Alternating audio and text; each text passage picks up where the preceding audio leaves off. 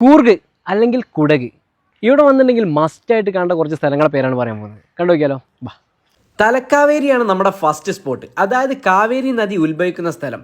മടിക്കേരി ടൗണിൽ നിന്നും ഏകദേശം 46 കിലോമീറ്ററാണ് ഇങ്ങോട്ടേക്കുള്ള ദൂരം. വളരെ ഉയരത്തിലാണ് തലക്കാവേരി ക്ഷേത്രം ഉള്ളത്. അതുകൊണ്ട് തന്നെ നല്ല തണുപ്പും അതിമനോഹരമാണ് ഈ ഒരു സ്ഥലം. തലക്കാവേരി ക്ഷേത്രത്തിന്റെ 8 കിലോമീറ്റർ മുന്നേ ആയിട്ടുള്ള ഭാഗണ്ഡേശ്വര ക്ഷേത്രം മറ്റൊരു സ്പോട്ട്. അതിന്റെ നേരെ മുന്നിലായിട്ടുള്ള ത്രിവേണി സംഗമ മറ്റൊരു അടിപൊളി സ്ഥലമാട്ടോ. അതായത് 3 നദികൾ കാവേരി, കന്യക, സുജവതി എന്ന 3 നദികൾ ഒന്നിക്കുന്ന സ്ഥലമാട്ടോ. ഇനി കുശാൽ നഗർ ഭാഗത്തേക്ക് നോക്കുകയാണെങ്കിൽ കാവേരി നിസർഗധാമ അടിപൊളി ഓപ്ഷൻ ആട്ടോ. ഏകദേശം 3 കിലോമീറ്റർ ആണ് കുശാൽ നഗറിൽ നിന്ന് ഇങ്ങോട്ടേക്കുള്ള ദൂരം. ഫാമിലി ആയിട്ടൊക്കെ വന്നിട്ട് നല്ല റിലാക്സ് ചെയ്യാൻ പറ്റിയ കുടകിലെ ഏറ്റവും കിട്ടുന്ന സ്പോട്ടാണ്. ലിസ്റ്റിലെ അടുത്ത സ്പോട്ടായിട്ട് വരുന്നത് കുശാൽ നഗറിൽ നിന്നും ഏകദേശം 9 കിലോമീറ്റർ ദൂരെയുള്ള ഹാരംഗി ഡാമാണ്. കൂർഗ് ഡിസ്ട്രിക്റ്റിൽ വന്നിട്ടുണ്ടെങ്കിൽ നമ്മൾ ആദ്യം തരുന്നത് ഗോൾഡൻ ടെമ്പിൾ ആയിരിക്കും. അതാണ് നമ്മുടെ ലിസ്റ്റിലെ അടുത്ത സ്പോട്ട്. ഗോൾഡൻ ടെമ്പിളിലേക്ക് കുശാൽ നഗറിൽ നിന്നും ഏകദേശം 5 കിലോമീറ്റർ ആണ് ദൂരം. കുശാൽ നഗറിൽ നിന്നും 15 കിലോമീറ്റർ ദൂരെയുള്ള ദുബാര എലിഫന്റ് ക്യാമ്പ് മറ്റൊരു ഓപ്ഷനാണ്. 100 രൂപയാണ് ഇവിടുത്തെ ടിക്കറ്റ് ചാർജ്. അതിരാവിലെയും വൈകുന്നേരമാണ് ഇവിടെ പോകാനുള്ള ഏറ്റവും കിടലൻ ടൈം. മടിക്കേരി ടൗണിൽ നിന്നും 1 കിലോമീറ്റർ മാത്രം ദൂരമുള്ള രാജാസെറ്റ് ഗാർഡൻ ആണ് അടുത്ത സ്പോട്ട്. സിപ്പ് ലൈൻ ഉൾപ്പെടെ ഒരുപാട് ആക്ടിവിറ്റീസ് ഇവിടെ ഉണ്ട് കേട്ടോ. ഇനി പറയാൻ പോകുന്ന സ്പോട്ട് നമ്മുടെ കൂർഗ് ഡിസ്ട്രിക്റ്റിലെ ഏറ്റവും കിടലും അല്ലെങ്കിൽ ഒരിക്കലും മിസ് ചെയ്യാൻ പറ്റാത്ത ഒരു